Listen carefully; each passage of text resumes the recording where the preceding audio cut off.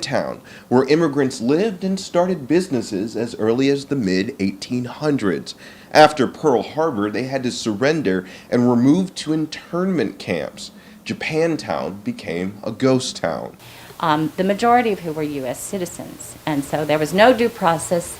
They were forcibly removed from their homes, and they first went to the Portland Assembly Center. The Assembly Center was a temporary stop before the transfer to another location.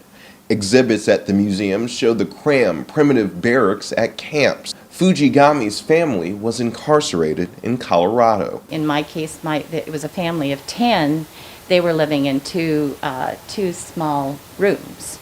So my grandparents and the girls were in one room, and the other side was my father and his brothers.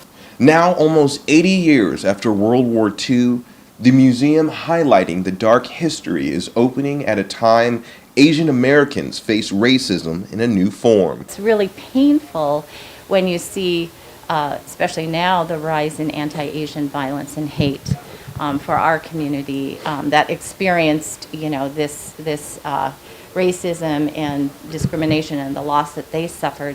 That's why it's so important, we feel, to share this history. And now there's a place in Portland to share the stories which can shape a more accepting future. Well, you hope that you're teaching this history so that the mistakes and the mistakes from the past are never repeated, and the lessons that we learn from this history, are remembered and not forgotten.